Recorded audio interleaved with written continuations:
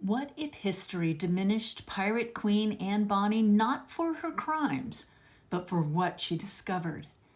And what if the curse she defied is still alive, still hungry, and still choosing its victims today? Greetings, I'm Toni Runkle, one half of the writing duo, along with Steve Webb, of the award-winning YA series, The Pirate's Curse. Now, if you've been following The Pirate's Curse, you know that our stories are rooted in and inspired by real pirates who truly lived. Calico Jack Rackham, Mary Read, and the subject of today's video, Anne Bonny. And as we explore her story, we're going to correct what history got wrong. Few names from the golden age of piracy still crack like thunder across the centuries. Anne Bonny's does. She was no parlor ornament, no obedient wife meant to fade quietly into the margins of men's stories. Anne Bonny was a storm, violent, untamed, and deadly to any man who believed that the sea belonged to him alone. History leaves her shrouded in shadow. Like her fellow corsair, Mary Read, Anne survives only in fragments, rumors, and fear. What we do know is this: her very existence was scandal. Born in Ireland, the illegitimate child of a servant and a lawyer, Anne was marked as an embarrassment before she could walk. But disgrace did not break her. It hardened her. Shame became her armor, and rage became her weapon. Even as a teen, Anne carried her temper like a drawn blade. There's a story of a would-be assaulter beaten so savagely by Anne that he barely survived.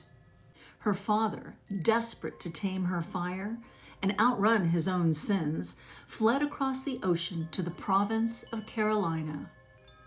There he tried to cage her with respectability, a proper marriage, a quiet life, a silenced daughter.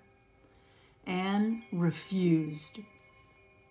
Instead, she ran off with James Bonny, a penniless sailor who promised adventure instead of obedience.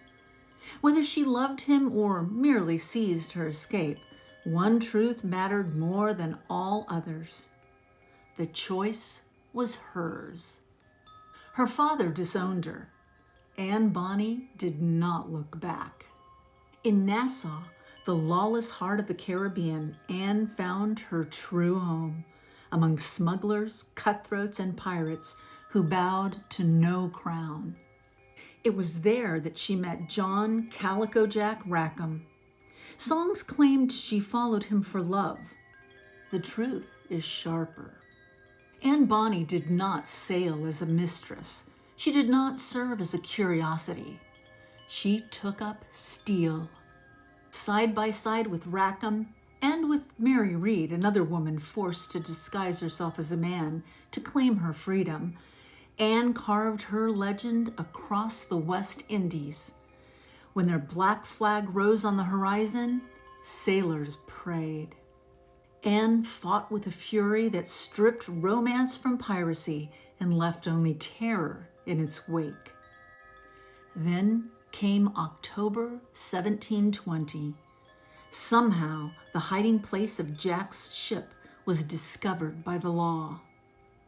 Rackham and his crew were captured and tried. They were condemned to swing from the gallows. Now, history says that Anne and Mary escaped the noose by claiming pregnancy. History also says that Mary died in prison and that Anne Bonny vanished, rescued by a wealthy father, or faded into silence. But history lies. The truth is much darker.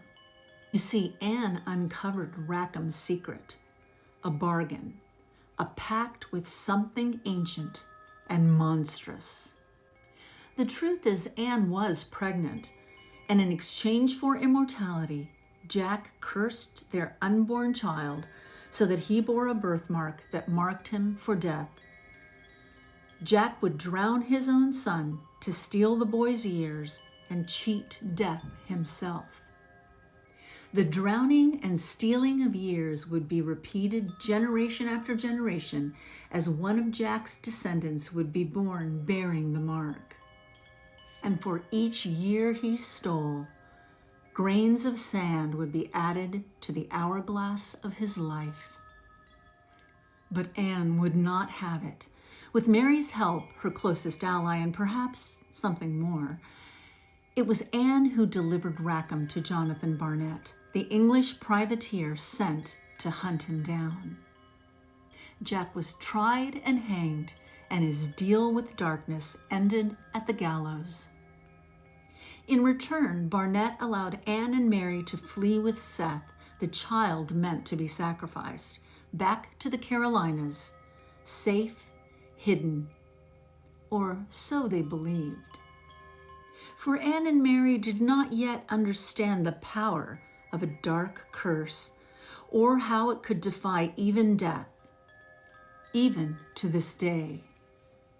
It is this lost truth, erased from ledgers and history books alike, that is the foundation of the Pirates' Curse trilogy, a centuries-old war between good and evil, ignited by one woman's defiance, and continued today by the Brigands of the Compass Rose, a secret group of pirate descendants, led by Bonny Hartright, herself born with the mark.